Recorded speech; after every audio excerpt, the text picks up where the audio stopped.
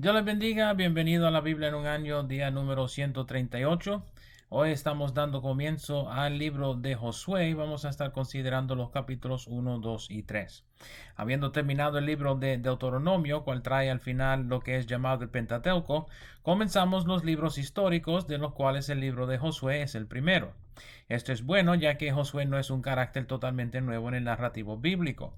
Actualmente hemos leído un poco acerca de la crianza y la experiencia de Josué en el desierto durante nuestra lectura del Pentateuco.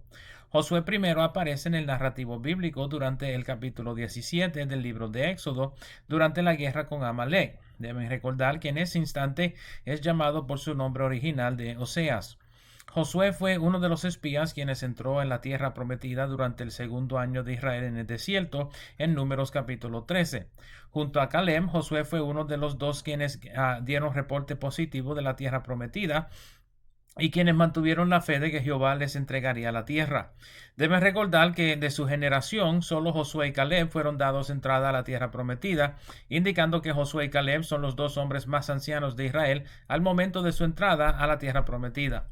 El libro de Josué relata las batallas de Israel durante su tiempo de la conquista, comenzando desde el oriente del Jordán antes de cruzar a tomar la ciudad de Jericó, cual fue la primera ciudad tomada por los israelitas.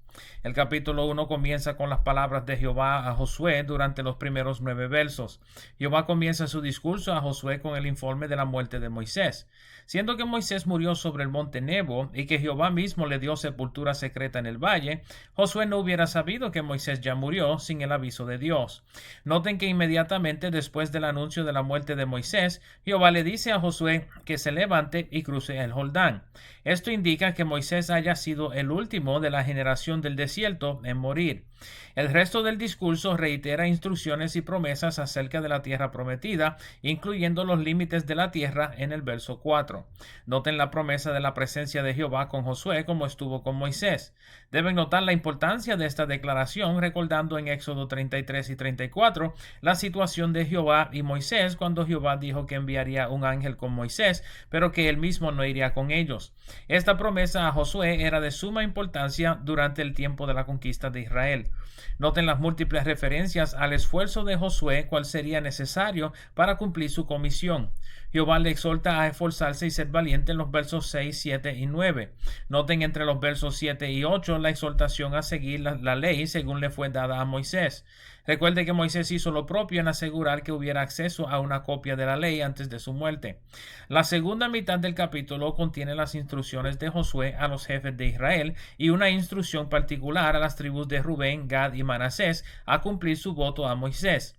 En los versos 10 y 11, Josué envía a los oficiales del pueblo a informar que en 3 días habrían de cruzar el Jordán.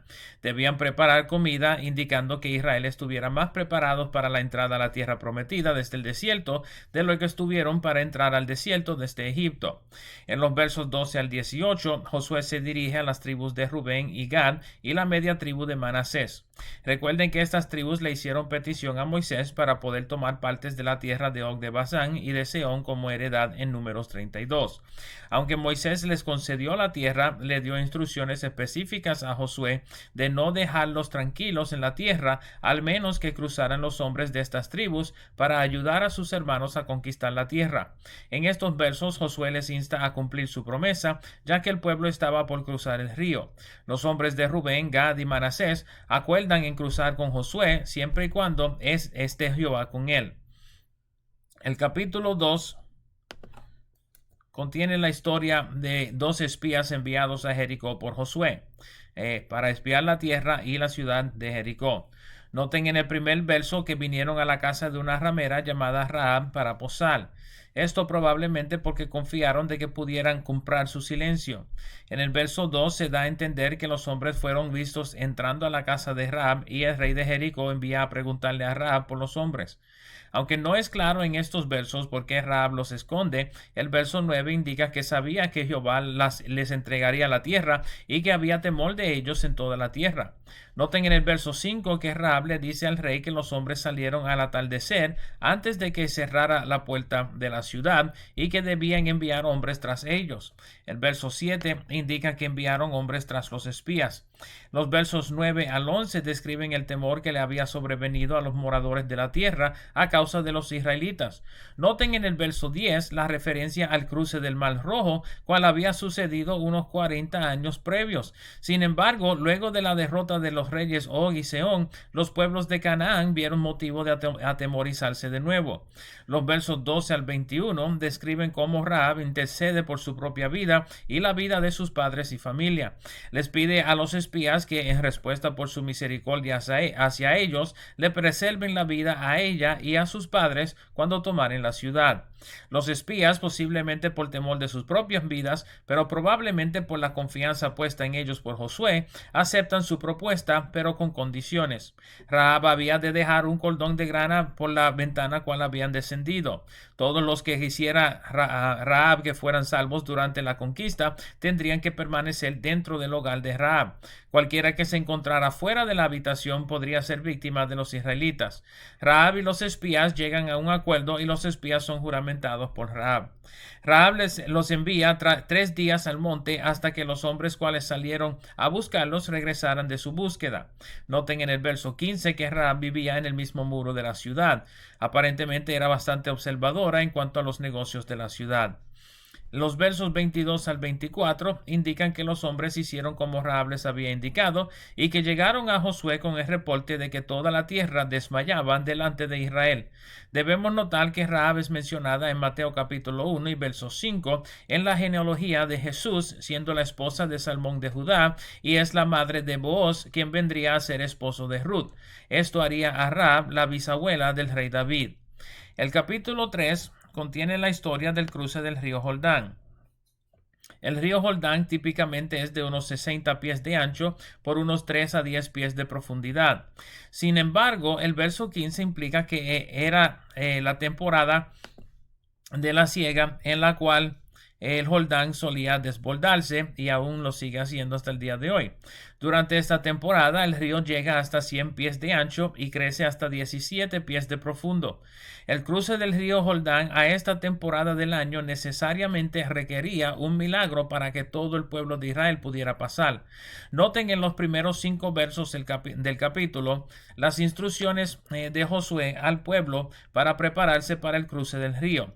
Noten las instrucciones en el verso 3, que cuando vieran el arca del pacto pasar por su campamento, habían de marchar tras ellos. Sin embargo, noten en el verso 4 que habían de dejar un espacio de 2000 codos entre ellos y los sacerdotes, cuales cargaban el arca.